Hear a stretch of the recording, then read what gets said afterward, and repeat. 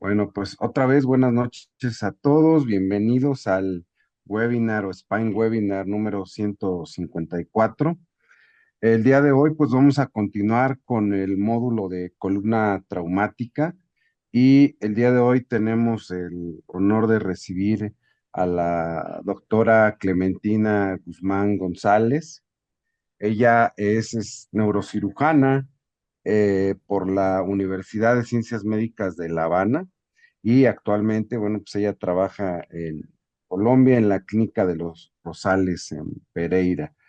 Pues bienvenida, doctora, un placer que nos acompañe el día de hoy. Ella nos va a hablar vamos a hablar acerca de las fracturas de odontoides, cuándo operar vía anterior y cuándo por vía posterior. Pues bienvenida, doctora. Adelante cuando gustes. Muchas gracias. Muchas gracias por la invitación, Antonio. Muchas gracias a todos por acudir a esta hora a la charla. Bueno, ya como dijeron, mi nombre es Clementina Guzmán. Yo trabajo aquí en Pereira. Algunos de los que están viendo la conferencia, pues ya han estado acá con nosotros, se han compartido tanto conmigo como con el doctor Vela. Y bueno, les vamos a compartir, o voy a compartir algo de nuestra experiencia y de información acerca de esta patología. A ver si- Perdón. Bueno, hablar de las fracturas de odontoides, entonces pues hay que saber que hay como dos grupos etarios en los cuales más se presenta. Uno son los adolescentes y adultos jóvenes y otros ya los adultos mayores. En los adolescentes y adultos jóvenes, la mayoría de veces es por trauma de alta energía, mientras que en los adultos, perdón, los jóvenes y adultos jóvenes por alta energía y en los adultos mayores traumas de baja energía. Usualmente este tipo de trauma no genera déficit neurológico, genera inestabilidad y por eso pues es que ya tomamos parte nosotros como cirujanos espinales. Existe una clasificación para este tipo de fracturas. Esa clasificación es la Anderson y Alonso, que clasifica en tipo uno, 2 y 3. Dentro de la tipo 2, que es la inestable o la que más controversia genera y la más común, que es del 55 al 70%, pues hay una subclasificación que es la de Grauer, que clasifica en tipo A, B y C, que es según el trazo de fractura. Y este también nos va a ayudar a tomar una decisión más adecuada de cuál es el tratamiento quirúrgico que debemos hacer con el paciente. En algunos casos nos va a ayudar para saber si podemos hacer vía anterior o vía posterior. Hay unos datos claves que son importantes en las fracturas de odontoides. Uno que es el 15% de todas las fracturas cervicales, el 60%, como dije acá, entre el 55 y el 70% de las fracturas de la odontoide son de tipo 2. Es la segunda causa más común de fracturas a nivel cervical y hay que saber que tiene una distribución bimodal, es decir, está tanto en los jóvenes como en los adultos mayores. Entonces hay que sospecharla en ambos. ¿Qué factores de riesgo hay en los casos que pensamos hacer tratamiento conservador? Obviamente, tener en cuenta en el tratamiento conservador el desplazamiento que tenga la fractura, si hay angulación o no de la fractura, la dirección que tiene el tipo de fractura y si es una fractura conminuta. Esto nos va a ayudar a tomar una decisión en muchos casos más de hacer una vía posterior que una vía anterior, que ya igual ahorita lo vamos a revisar. El retraso del diagnóstico también, es decir, hacemos un diagnóstico, pero decidimos hacer un manejo conservador por un tiempo prolongado y pues no tenemos buenos resultados. La osteoporosis severa pensando en pacientes añosos, la edad y pues en pacientes mayores y que haya tabaquismo. Este pues no es tan claro, pero también hablamos de que esto ayuda o promueve la osteoporosis, entonces también genera riesgo de pseudoartrosis en los pacientes que decidimos hacer tratamiento conservador. Este es como un algoritmo de cómo tratarlo. Entonces, en las fracturas de tipo uno, usualmente el tratamiento es conservador. Yo nunca he visto una fractura tipo uno. El doctor Vela también me dice que nunca ha visto una fractura tipo uno. En este hay que tener presente, hay que tener en cuenta que no vaya a haber una lesión, una luxación craneocervical. En las tipo 2 que pues son las más controversiales o las que más generan la disyuntiva de si vía anterior o posterior, entonces hay que mirar los factores de riesgo. Si el paciente tiene factores de riesgo importante, pues no se puede hacer la vía anterior, es decir, si tiene riesgo por la osteoporosis, pacientes añosos, tratar, o hay que buscar la manera de que no sea la vía anterior, excepto pues en algunos casos como bien elegidos por ejemplo en pacientes añosos de hacer vía anterior, hacerla pero con dos tornillos por vía anterior, que es difícil pero se puede lograr. Ahorita les muestro un ejemplo. En las tipo 3 el manejo pues también es conservador al igual que en la tipo 1. ¿Qué hablamos cuando hablamos de tratamiento conservador? Entonces, primero, pues descartar que haya una luxación, ¿cierto? Pues en el caso de que vamos a usar un collar en una tipo 1, en la tipo 2 collar o halo, nosotros actualmente ya casi no, bueno, ya creo que nunca usamos, o no, nunca he usado el halo acá en Colombia, por lo menos desde que yo llegué. Y pues ya en las tipo, ya las que estamos pensando en manejo quirúrgico, pues hay que mirar si están desplazadas, anguladas, si están con minutas, si no. En las tipo 3 lo mismo, collar o algo. Entonces, ya para la decisión de la vía anterior, entonces cuando decimos un tornillo por vía anterior, la técnica es una inserción de un tornillo que se hace, pues igual que como hacemos una cervicotomía, más o menos a nivel de C5 C6 para que la dirección del ángulo de la guía nos permita llegar hasta la odontoides, ¿cierto? Teniendo una adecuada angulación para pues, ver desde el cuerpo del axis hasta llegar al ápice de la odontoides. Y obviamente pues hay que desplazar el esófago. Existen varios equipos. Antes existía un equipo de Johnson, por lo menos aquí en Colombia, que era el que permitía hacer este tipo de cirugía. Actualmente solo hay un material pues de acá en Colombia que tiene el tornillo para poder hacer bien el proceso con las guías y todo acá por lo menos en la clínica de nosotros. ¿Qué indicaciones tiene para hacer esta cirugía? Entonces, que sea una fractura aguda, que tenga menos de 6 semanas idealmente, en pacientes jóvenes, fracturas tipo 2 que no tengan pues que no haya conminución, que se pueda reducir. Es muy importante que se logre hacer una reducción, por eso el tiempo también es importante. A veces cuando el paciente pues lleva mucho tiempo es mucho más difícil o no se puede hacer una reducción de este tipo de fracturas. Que haya alineamiento, que el alineamiento sea postero anterior, porque pues como sabemos en las tipos de grado C no se puede, debe hacerse por vía posterior por el riesgo que genera de que no fusione. Y lo más importante es que pues en los pacientes jóvenes o adultos jóvenes preserva el movimiento de C1, C2, que en ocasiones o pues se habla que en el paciente mayor, es decir, más de 70 años, digamos que esta rotación no, se habla de que no es tan importante, pero pues igual como hoy en día la calidad de vida ha aumentado y la expectativa de vida ha aumentado, pues también hay que tener en cuenta eso y los mejores resultados que tiene la vía anterior para los pacientes. Entonces, dentro de las claves pues, del resultado, la tasa de fusión es muy buena, entre el 80 al 90%. Se preserva, que es lo más importante del movimiento de C1, C2. Se puede comprimir, ¿sí? Cuando uno pone el tornillo, al atornillar, hace una compresión de la fractura y esto permite que haya una mejor fusión. Pues tiene un riesgo de disfagia, obviamente, por la manipulación del esófago y el riesgo de lesión vascular es mucho más bajo que cuando hacemos la vía posterior. Entonces, factores de riesgo importantes de que no fusione, entonces que sea más de 65 años, que tenga un desplazamiento que sea más de 4 milímetros, que la angulación en la fractura sea de más de 10 grados, que haya conminución, desplazamiento posterior, que el diagnóstico sea tardío. Entonces, todo eso pues ayuda a tomar la decisión de no hacer una vía anterior.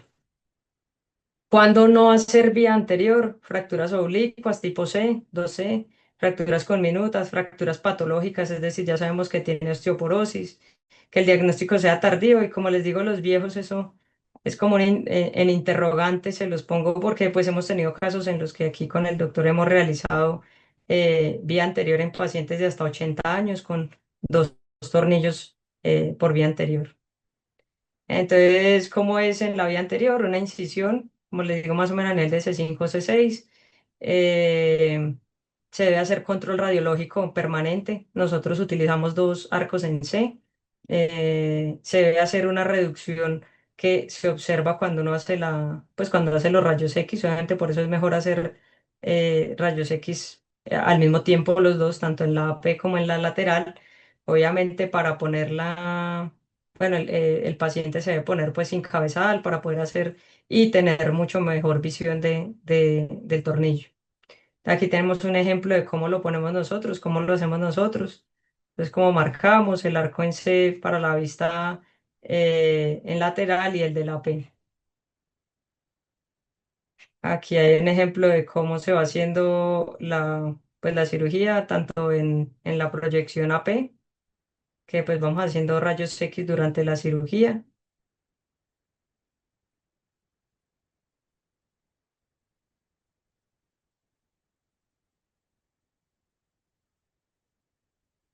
En este caso es el de una señora de 80 años, creo que le pues hicimos dos tornillos.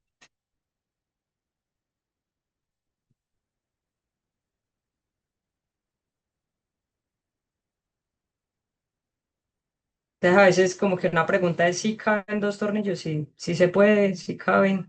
Hay que saberlo dirigir, hay que poner, pues obviamente no puede quedar en la línea media, sino que tienen que quedar como un poquito equidistantes ambos.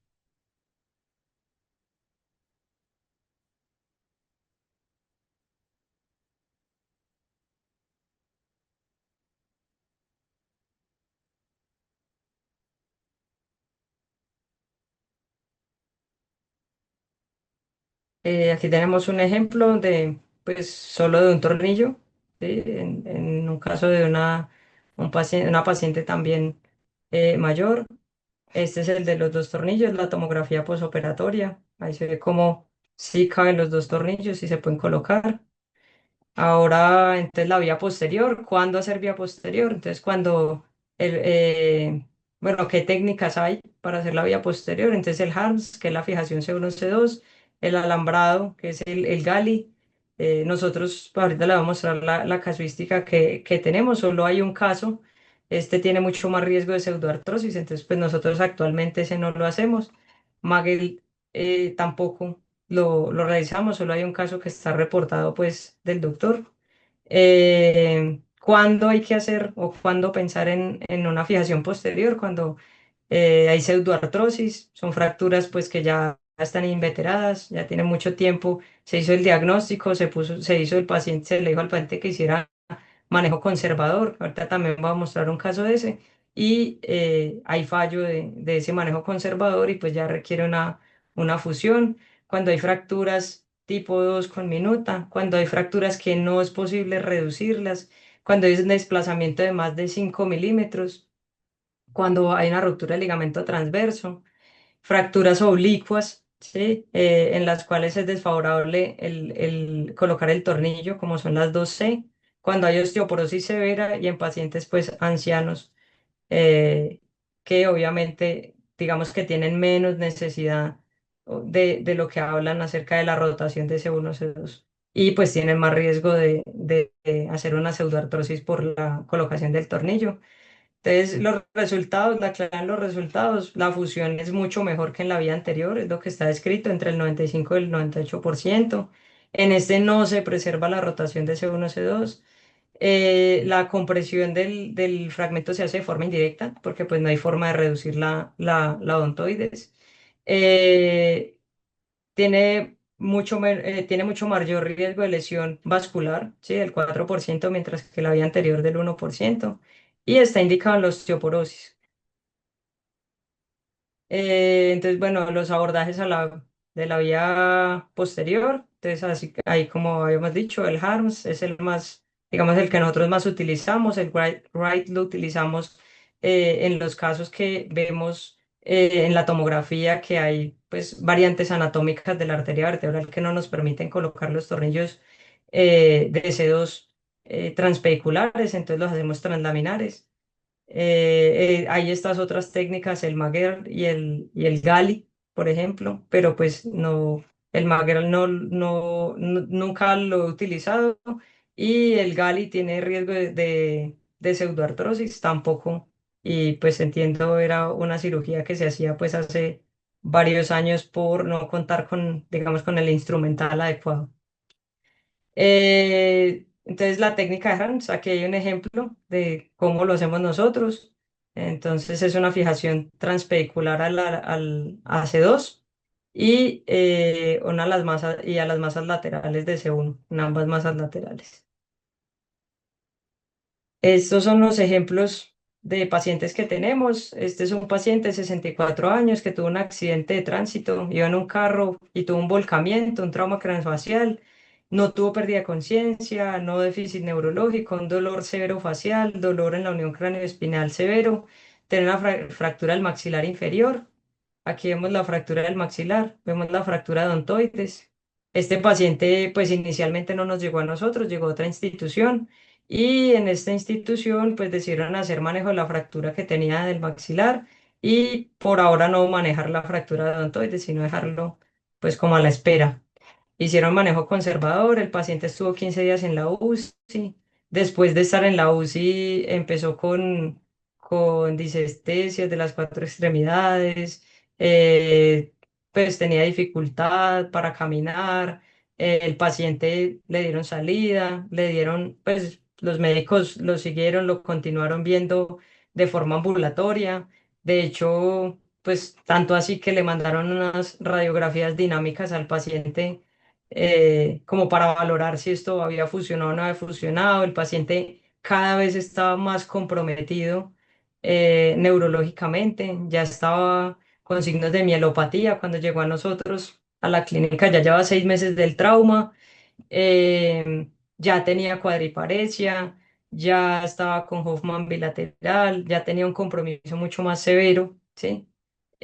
Nosotros le hicimos una tomografía cuando llegó allá a la clínica, le hicimos resonancia, donde vemos que se encuentra con esta mielopatía tan severa en la unión cráneo-espinal.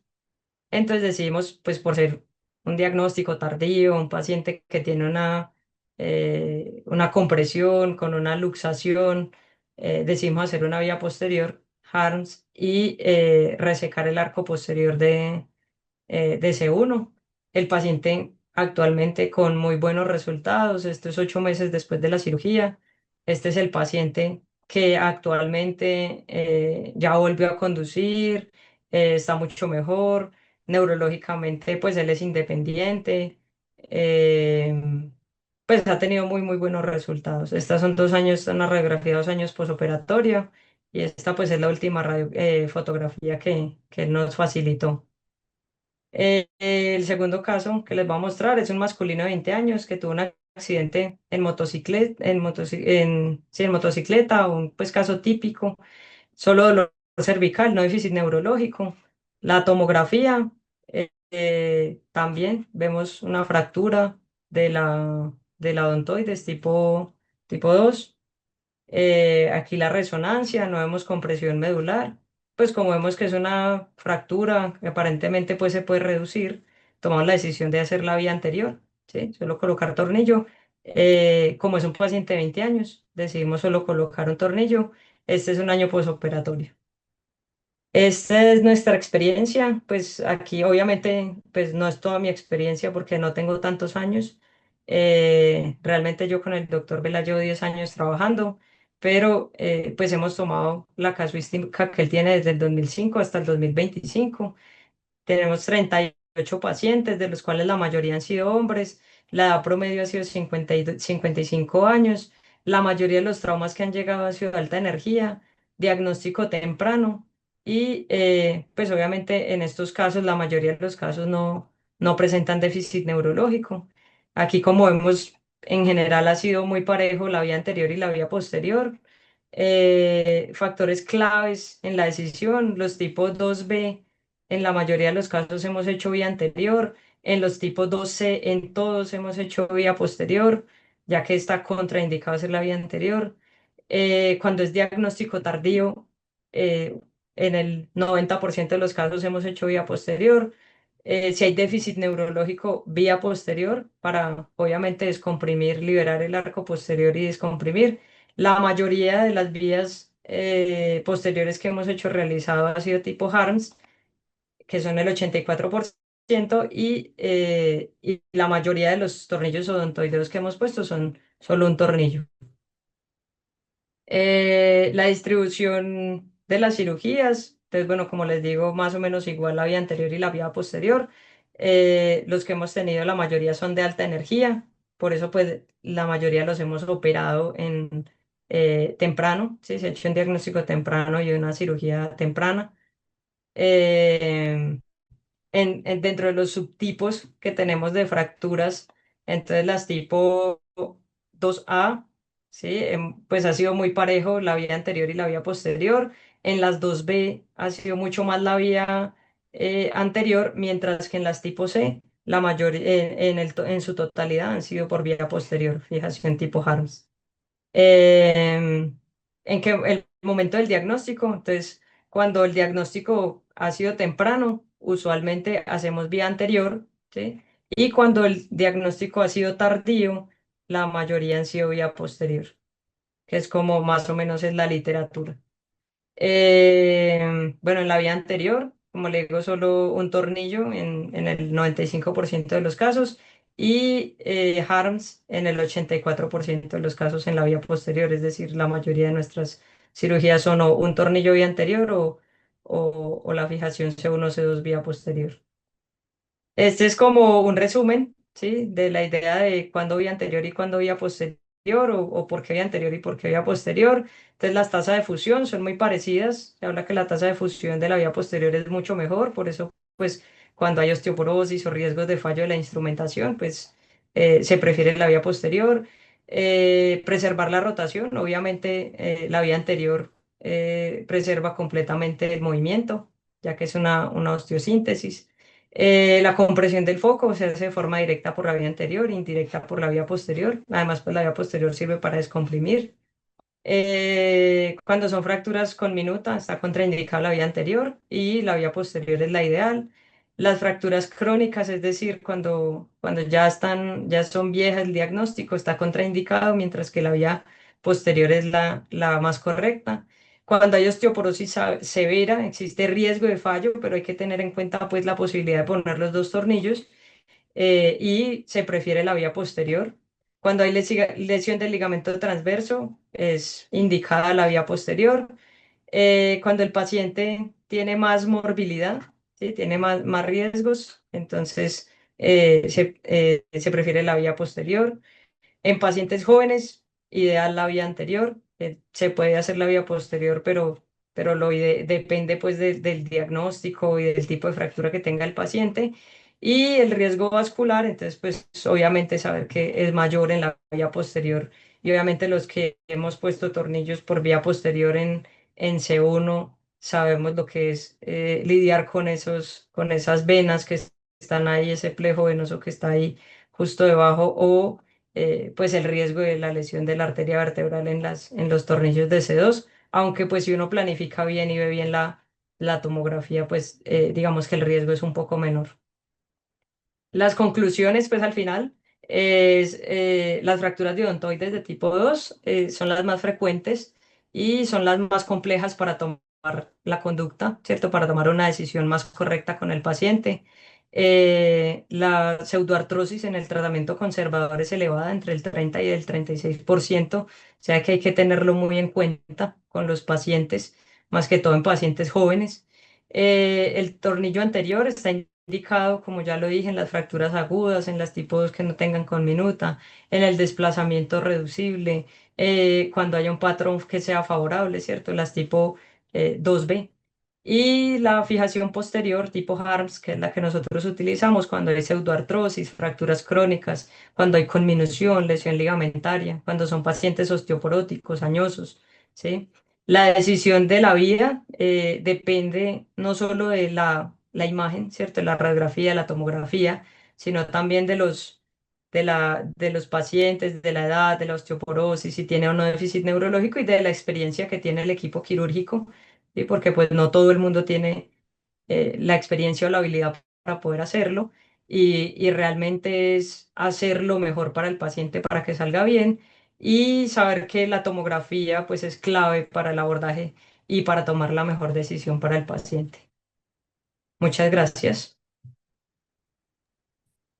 Muchas gracias, doctora. Muy interesante todo lo que nos presentaste y bueno, pues sin duda una de las técnicas más demandantes. Muy bien, vamos a empezar a abrir el chat para las preguntas para la doctora.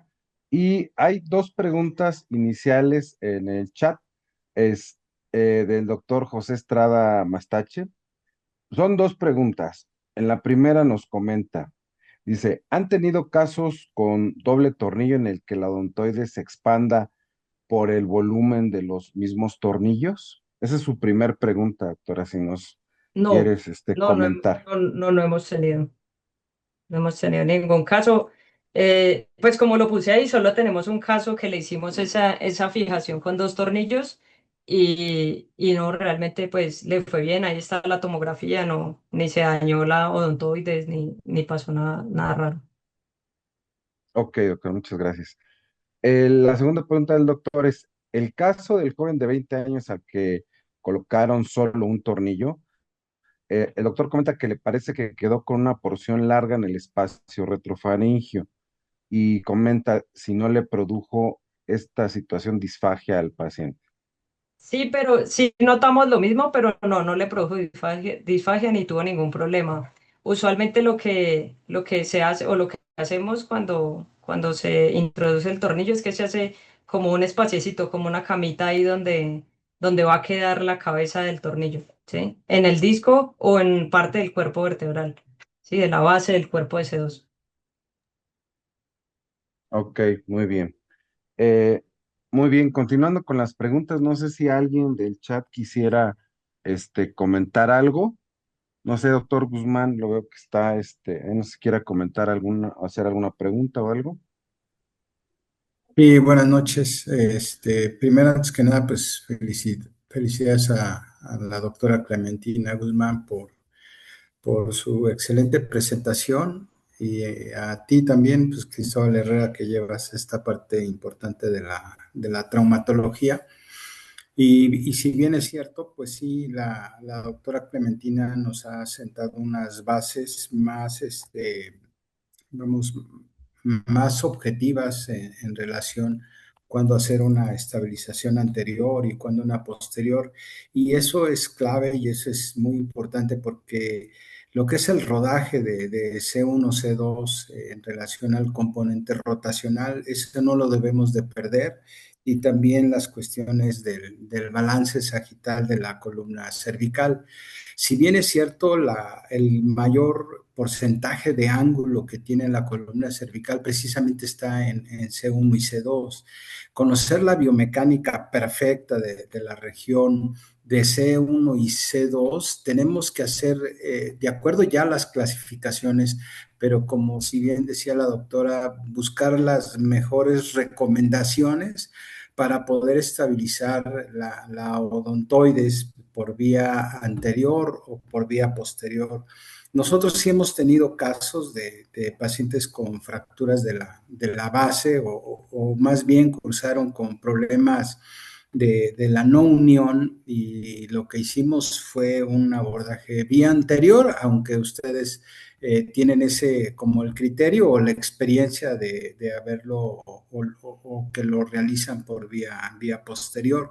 A nosotros vamos en cuanto a la cuestión técnica y a la colocación del tornillo, de acuerdo a los criterios de AO Spine, manejamos este paciente añoso, como usted decía, con una calidad ósea regular, pero lo que son los problemas ligamentarios o lo que son las inestabilidades o problemas del ligamento transverso o el cruciforme o ese tipo de lesiones crónicas, sí consideramos que nosotros en cuanto a las revisiones bibliográficas, ustedes tienen la de Harms, nosotros tenemos la de Magers y las tasas de fusión son altas, rebasan más del 95%, no llegamos, bueno, la literatura no te lo dice al 100%, pero sí estamos acostumbrados, estamos familiarizados con la técnica de Magers y la de Galli, obviamente con el injerto de los tricorticales,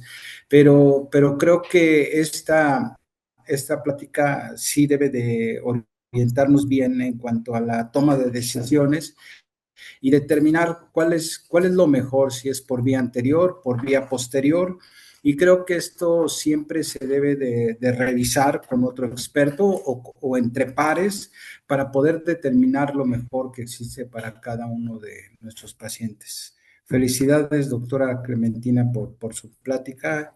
Muchas gracias, doctor Cristóbal Herrera. Muchas Gracias. gracias, doctor Guzmán. No sé si quiera comentar algo al respecto del que comenta el doctor Guzmán, doctora Clementina. No, pues, o sea, sí, de acuerdo. O sea, pues por eso digo que hay varias vías o varios tratamientos por la vía posterior que también son indicados y son correctos, ¿no? Lo que pasa es que nosotros, pues no lo hacemos yo, la técnica de Magel, si nunca nunca ni la he visto, o sea, solo en los libros, pero pues por lo mismo, porque siempre hacemos el HARMS y tenemos muy buenos resultados con ella.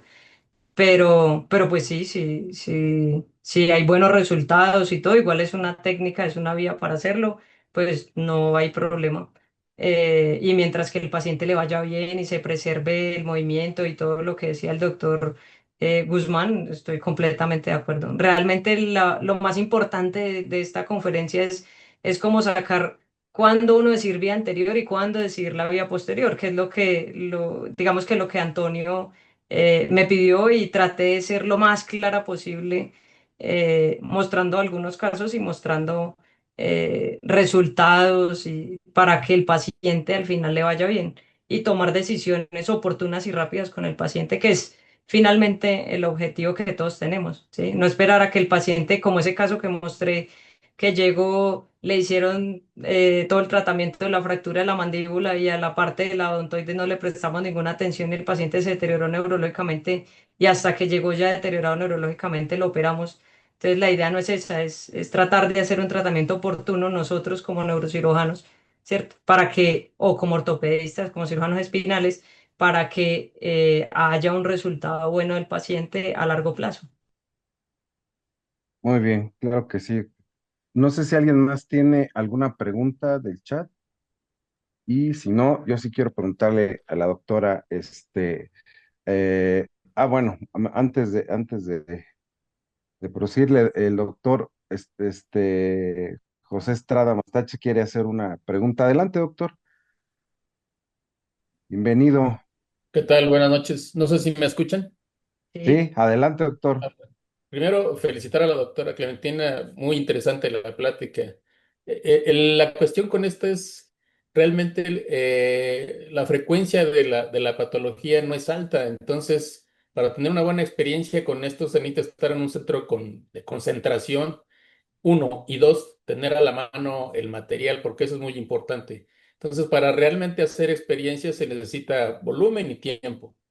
En lo personal tuve la fortuna sí, la fortuna de trabajar en un lugar de concentración, pero no eran de trauma, eran más problemas degenerativos y sobre todo de artritis reumatoide, en donde había luxaciones de C1, C2.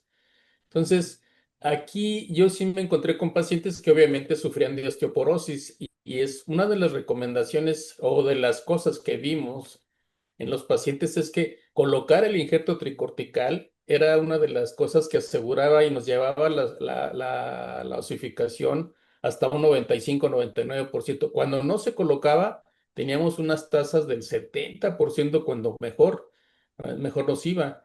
Realmente las técnicas, cuando uno las sabe hacer, ya sea tornillos a las masas o tornillos transcorticales, es muy buena. El problema de las articulares, perdón, es que deben tener ciertas características. El paciente debe tener una buena columna, no debe haber gifosis, ¿verdad? Porque ya para empezar ahí no puedes abordarlo.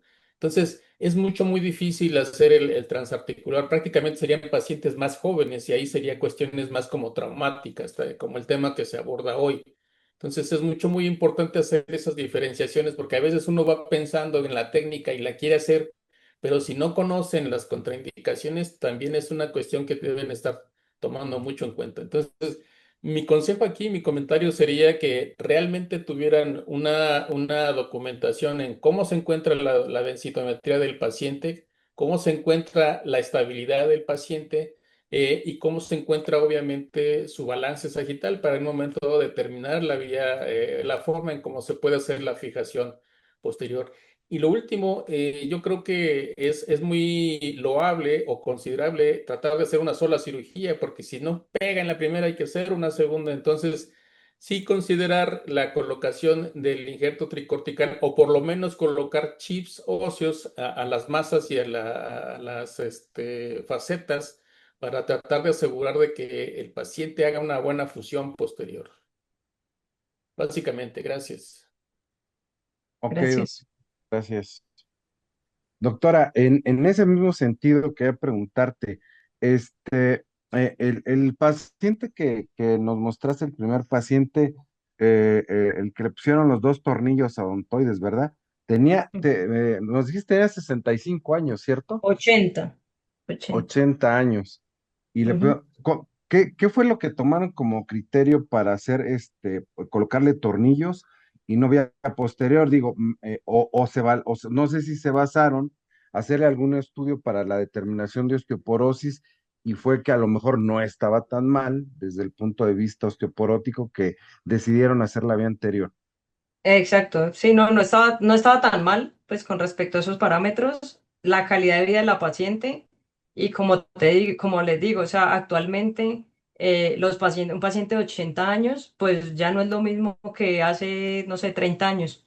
Ya ahora quieren tener más independencia, tienen mucho más movimiento, entonces pues al uno ver que el paciente, digamos que está en mejor calidad de vida, pues le da esa oportunidad, ¿cierto? Entonces, y tuvimos buenos resultados y no hubo ningún problema con el paciente. Sí. Ok, Pero y realmente fue por eso, o sea, por el tipo de la por el fractura que tenía, tipo o sea, cómo estaba la fractura, que era fácil de reducir, la calidad del hueso de la paciente y pues su condición como de vida, digamos. Entonces eso nos ayudó a tomar la decisión. sí, fue un poco, o sea, fueron varios factores los que tomaron en cuenta al Ajá, final del ajá. día, ¿no? Y creo que es importante, sobre todo para los médicos Y, más y jóvenes, ¿no? por eso digamos que ahí al final en la conclusión decía, pues Ujú. todo también, y lo que dice el doctor, el que habló ahorita, tiene toda la razón, o sea, esto es un tema, como le digo, yo me senté y revisé durante 20 años qué hemos hecho en la clínica donde yo trabajo con respecto a las fracturas de odontoide y recogí 38 casos, eso es, o sea, parece nada, pero es hartísimo porque pues eso no es tan común, o no es que uno lo vea a diario, más en un centro como en el que nosotros trabajamos, que los que han venido saben que nosotros hacemos es mucha más patología degenerativa que patología traumática. Entonces es difícil, digamos que encontrar muchísimos casos o tener muchos casos. Entonces por eso como que uno tiene que, lo que yo decía, tiene que ser la experiencia del cirujano, ver la imagen, ver el paciente, o sea, todas las comorbilidades y todo lo que implica el paciente, ¿sí? No es solo, no, ya, yo lo meto en un cuadro y me funciona así. No, realmente esta patología y toda la unión cráneoespinal a mí me parece que es de la patología más compleja de la columna. Por eso hay tantas clasificaciones, por eso hay tantas conductas, por eso hay tantas formas de decidir, porque precisamente cuando hay una patología que todavía no se ha definido, pues genera tanta controversia, me parece, pues a mí es de mi corta experiencia. Ok, muchas gracias, Tony, Clementina. Adelante, Toño. ¿Qué tal? Buenas noches a todos. ¿Qué tal, Clay? Buenas noches. ¿qué más? Oye, a mí me quedó totalmente entendido cuándo elegir una vía anterior y una vía posterior. Por ejemplo, yo mi pregunta va dirigida, cuando ya elegimos, por ejemplo, una vía posterior, y lo comentaron hace un momento, por ejemplo, HARMS, todas las técnicas de vía posterior en este nivel son extremadamente demandantes. Y allí en HARMS, Cleme, por ejemplo, cuando vas a poner el tornillo en C2, específicamente en C2, ¿qué nos recomiendas por el sangrado?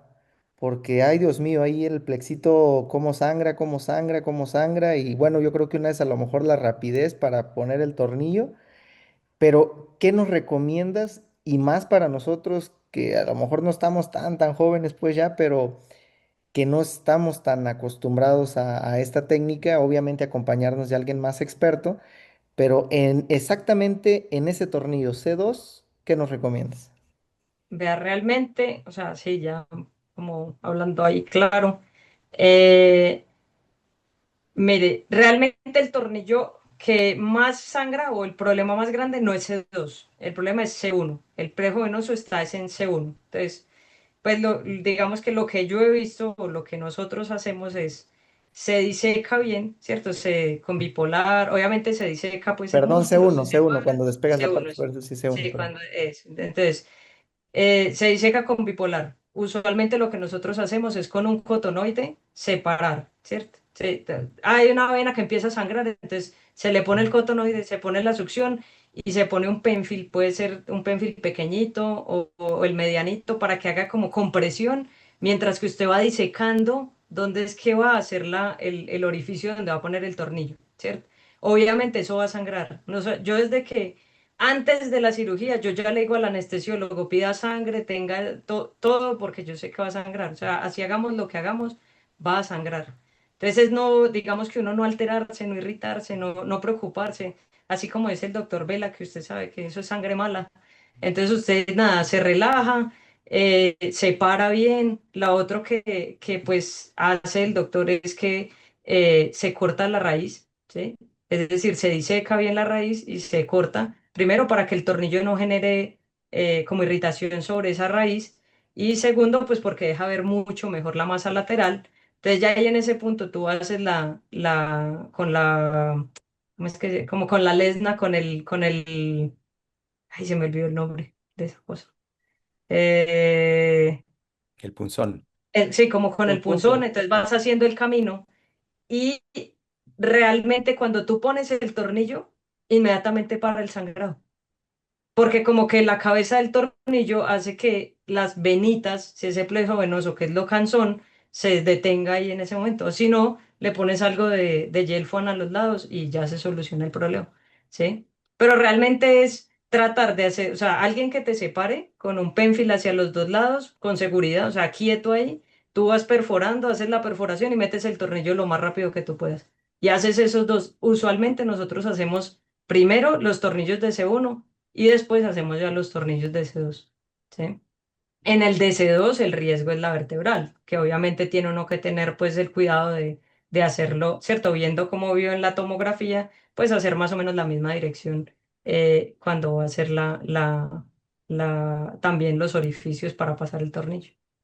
Pero sí, realmente separar, tener paciencia, estar calmado, porque si uno se desespera con el sangrado, pues va a ser más y más y más sangrado y cada vez va a ser más difícil y finalmente termina a veces ni poniendo los tornillos por el desespero que le da la persona.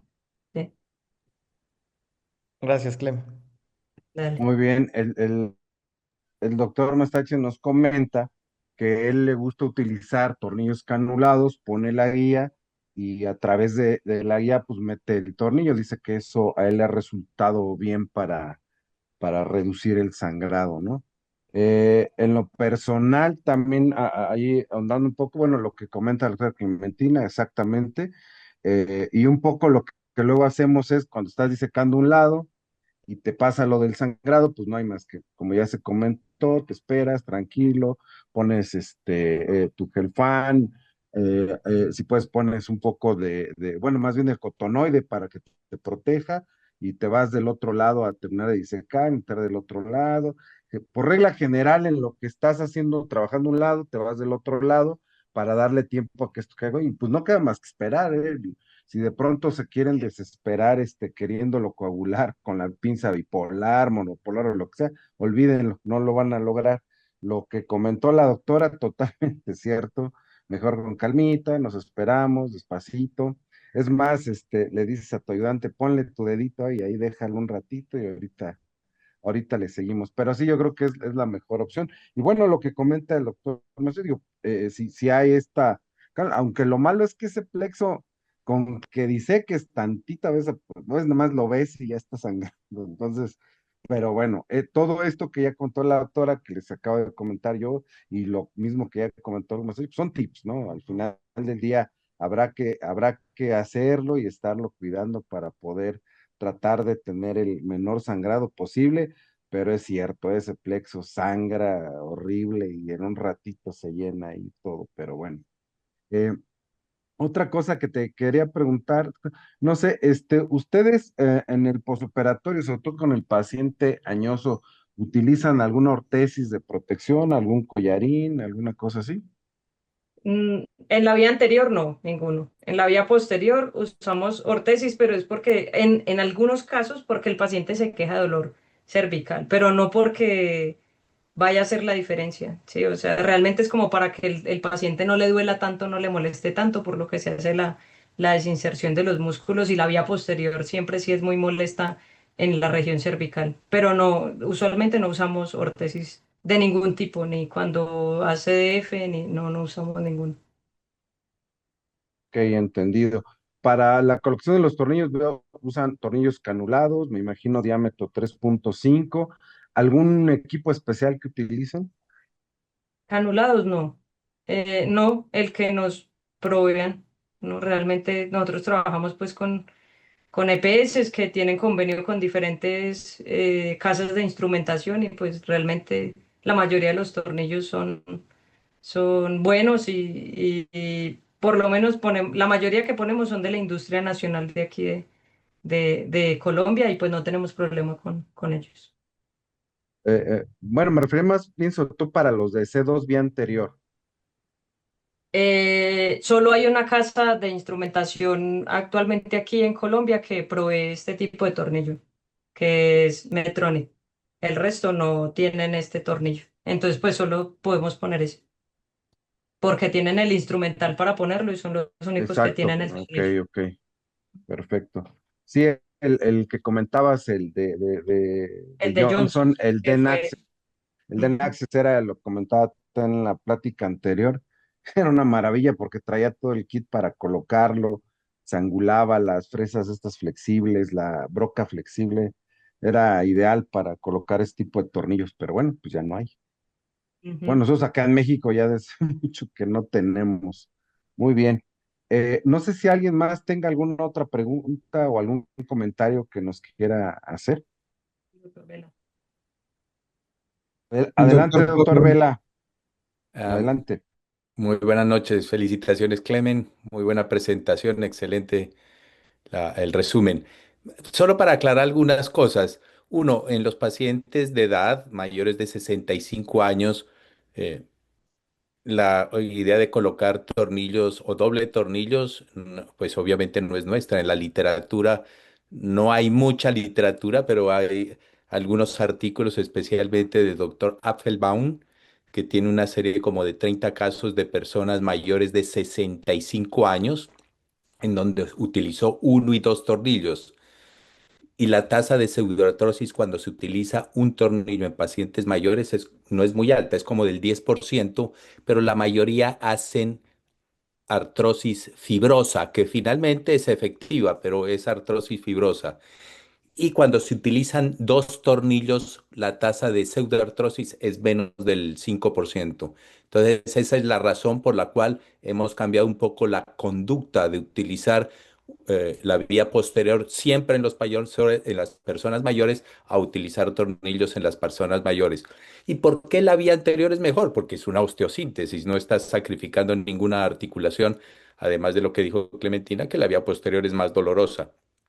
Pero un paciente que queda con todos sus movimientos de la cabeza después de una cirugía de estas, pues es algo de la calidad de vida muy bueno. Lo otro es de las técnicas de vía posterior.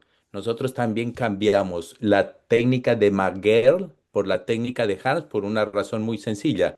En los pacientes con cuellos cortos es muy difícil hacer la transarticular porque uno termina colocando el tornillo prácticamente en el tórax. Y entonces es más difícil. Y lo que usted dijo, Cristóbal, en general la técnica de Maguire es más difícil de hacer. Pero sobre todo en personas con artritis reumatoidea o como ese paciente que mostró Clementina, que tenía ya una necesidad de retirar el arco posterior del atlas, cuando se hace la técnica de transarticular, no hay forma de hacer eso porque tienes que colocar el injerto ahí entre el arco posterior del atlas y C2. Entonces, por eso es mucho mejor, en nuestra opinión, la técnica de Goel Harms o de Harms. Y esos son los motivos por los que utilizamos más la técnica de Harms. Ahora, si la arteria vertebral tiene un trayecto anómalo, pues se utiliza la técnica de Groide, que tiene una muy buena capacidad biomecánica, solo que se colocan los tornillos en las láminas de C2.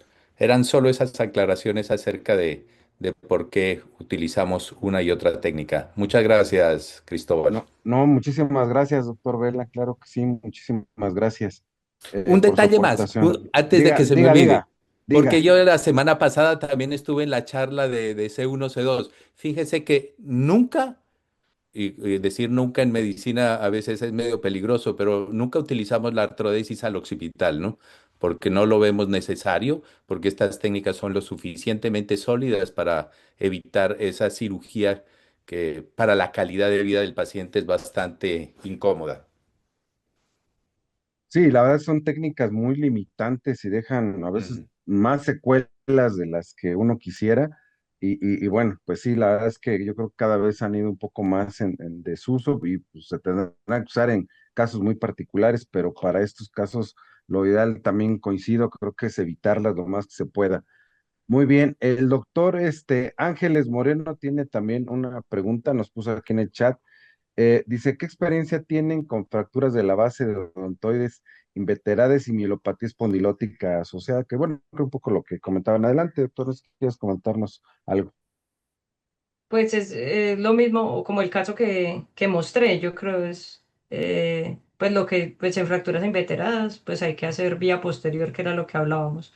Y en caso de mielopatía, es decir, que haya compresión, como mostramos ahí, es resecar el arco posterior pues para darle el chance como de que pueda recuperar como mostré en, pues en el resultado de la resonancia posoperatoria de este paciente. Pues es como la experiencia y lo que nosotros hacemos. Usualmente fracturas más de 6 semanas ya se considera pues inveterada y pues ya es vía posterior. Es lo ideal más que vía anterior. Ok, muy bien. Pues sí, básicamente ya es una de las indicaciones, según lo que, Ujú. bueno, lo que nos comentaste, lo que dice la literatura, que ya este tipo de casos pues, ya son los ideales, ¿no? Para pensar en una vía posterior de todas, todas.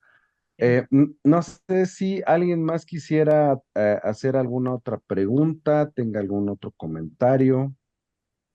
Un detalle en ese caso que vale la Adelante. pena. No es prudente ni recomendable tratar de reducir la fractura inveterada. Lo importante es, como dijo el doctor Guzmán, mantener la lordosis de C1, C2, no reducir la fractura. Hay casos reportados que intentan reducir la fractura para tener una muy buena radiografía y el paciente puede salir cuadripléjico. No traten en esas inveteradas de que quede perfecta la radiografía. Lo que debe quedar bien es el paciente. Claro, porque a Mm, veces también ese tipo de casos empiezan a tener, eh, pues no Cambio. quisiera decir fusión, pero sí una fibrosis severa que va a Sí. ser Ujú. complicado que lo podamos corregir. Y justo ahí es donde lo que ya comenta, ¿no? Es mejor, si hay que descomprimir, bueno, descomprimimos y mantener la alineación lo más fisiológica posible, ¿no? Muy bien. ¿Alguien más? No sé si tenga alguien más algún otro comentario que nos quisiera hacer al respecto, alguna pregunta. Bueno, aprovechando también que están los dos, yo sí quisiera comentar otra cosa o preguntarles si ustedes, en los casos que ya tienen detectados con un problema de osteoporosis, que a lo mejor ya decidieron pues hacer vía posterior, eh, ¿qué manejos o qué manejo o qué protocolo de manejo, mejor dicho, tienen ustedes para esos pacientes desde el punto de vista metabólico? Pues, o sea, mandarlo donde el endocrino y donde el internista. De hecho, más o menos tuvimos una discusión en estos días también en una reunión que tuvimos del lado de Spain. Y, y era, pues nosotros, tanto el doctor Vela como yo, no, pues no manejamos la osteoporosis. Nosotros sabemos que se maneja con teriparatide, con denosumab, ¿sí? Pues porque el paciente llega y ya está formulado con eso. Pero usualmente, pues nosotros lo enviamos donde, o sea, cuando llega el paciente y tiene una fractura y hay que hacerle cirugía, nosotros hacemos la cirugía de urgencia, ¿sí? No es que esperemos, como en algunos casos que dice que hay que esperar 3 meses, 6 meses. En nuestro caso, pues si es una fractura y es urgente, pues tratamos de hacer la cirugía lo más pronto posible para mejorarle la calidad de vida al paciente. Ya luego lo enviamos a donde los especialistas, pues ya para que le hagan el tratamiento, ¿cierto?, de la osteoporosis. Pues en mi caso, ¿sí? Y el que nos queda más fácil en nuestro medio, pues es el internista. Y ellos ya le formulan este tipo de medicamentos, es lo que yo tengo ahí visto. Obviamente le piden todo el perfil metabólico, el calcio, todas pues, las cosas, pero pues eso ya lo manejan más es ellos que nosotros. Nosotros no manejamos esa parte. Ok, perfecto. Usted, doctor Guzmán, adelante.